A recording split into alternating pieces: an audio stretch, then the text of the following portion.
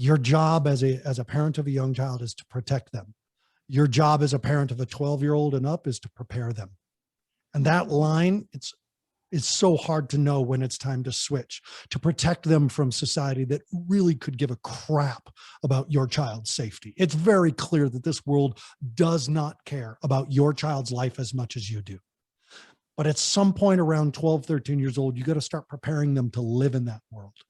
And that is a strategic, on purpose, conscious experience to have with your child, to literally have those conversations and make those changes to your parenting so that they get ready to experience the real world on the real world's terms. Because I'll guarantee you, this real world is not on mom or dad's terms.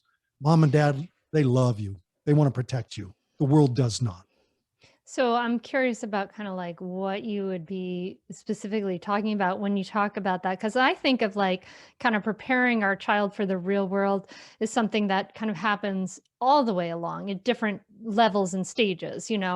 I cross the busy street at the end of my street with my child, and then I say, okay, now you tell me when to cross, and then we cross together, and eventually she crosses, right? So that's kind of an example of kind of preparing for the physicality of the real world. We also, we introduce like the news and things like that as things sort of like come along, and we have discussions about things in an age appropriate way. Is that what you're talking about?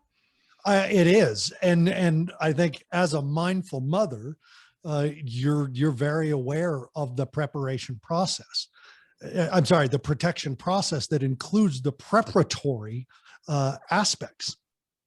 And there's a line where we stop calling the teachers and asking about our kids' homework. There's a Yeah. line where we stop, giving them allowance because they exist, and we start giving them allowance and bills. And it can be game like, but it's still a beginning process where they go, none of my other friends' parents do this. And you're like, I know, that's so sad.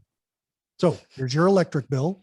And it's, it's age appropriate, but it's an experience for them to start realizing that money comes at a cost, and that your grades, while, that their grades are their work and not your work. And that I ended the homework battle with my kids in middle school. Mhm. We never discussed it unless they came to us and said, I need some help with math. Do you need a tutor, or do you just need Chris to help you? No, I need Chris to help me. Okay, no, now I think I need a tutor. Done. Like, you're always there as an ally to have their back. But at some point you have to say, you got to come to me because this schoolwork is becoming my problem. Yeah, it's your kid's problem. Aaron, you're speaking my language. You're totally speaking my language. I talk about this. We've had this conversation, mindful parenting, and homework is not your problem. It's your kid's problem. Whose problem is it? It's really important to not take on all our kids' problems. And that's why we have a whole list of age appropriate life skills, including like changing tires and stuff as you get older. My 14-year-old makes dinner once a week. So, like things like that, like, yeah, we got to do that stuff. And part of that is our mental health education. But the biggest part of that mental health education, I would wonder if you agree with me on this, Aaron, is that modeling, is that like what you said, like that your own self-care, your own taking care of your feelings, your own moving your body, and all of those five things that you said.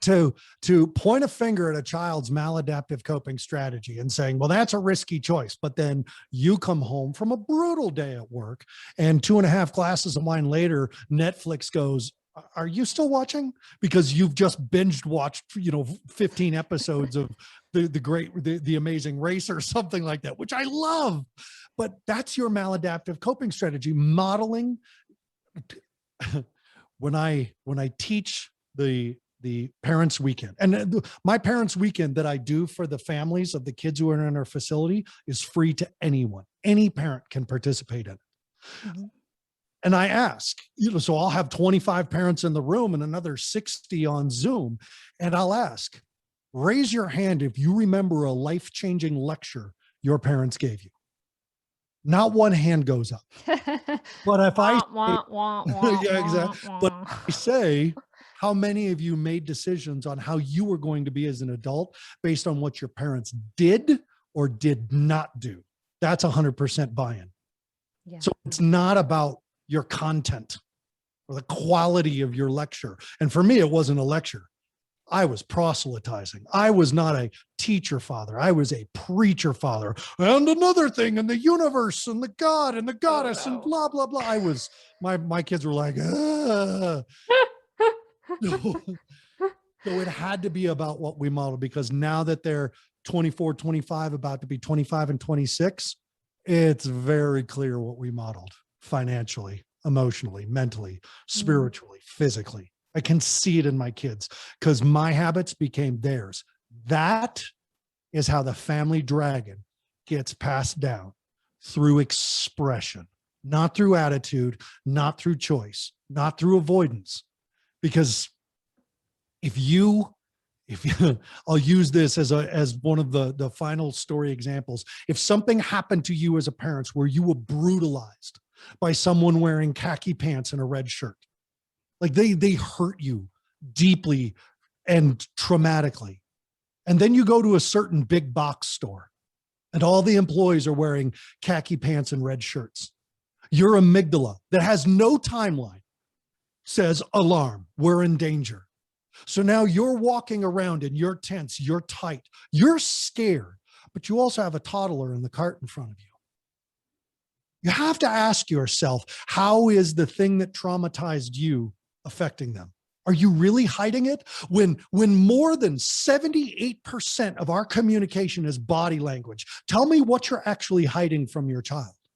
When all the cues we have to live on is based on actions we take every single day. If you're scared of snakes and you're walking with your toddler and you see a snake and you yank their arm and pull them into you, scream and run, what do you think your child is going to have as an experience for snakes from that? That's how it's passed down, is through unconscious modeling. Your conscious modeling is only as effective as how often you are conscious of your actions and behavior. Everything else is unconscious modeling. And we have to recognize that and do that self-healing, self-love, self-care work to say, what am I truly modeling? Because I'll tell you, those of you with toddlers, those of you with little kids, thank the gods that you are doing your work now. Because I was high when my daughter was a toddler and I wasn't doing any work. And I was avoiding connection as much as I could. And I was avoiding my discomfort and I was avoiding my pain.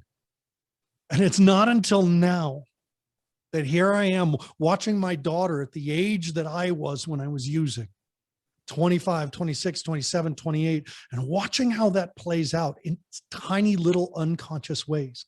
And she is so much more evolved than I was. She is my evolutionary step.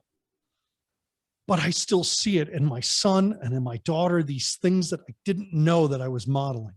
And so if you want a teenagerdom, if you want a teen who still holds you close and you still hold them close, you model connection, you model self-care, you model support groups and a healthy community.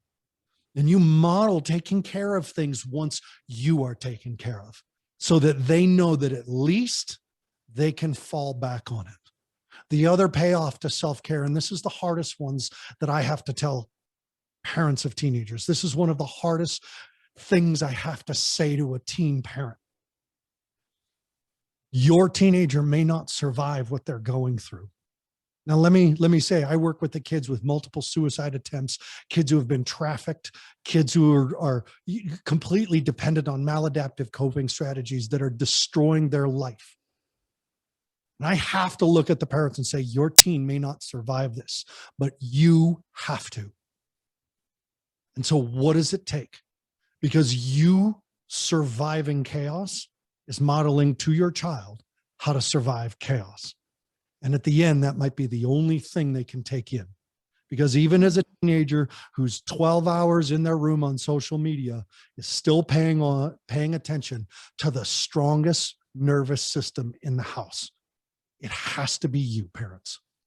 Catch new episodes of the Mindful Mama podcast and other free resources, including the Mindful Mom Guide at mindfulmamamentor.com.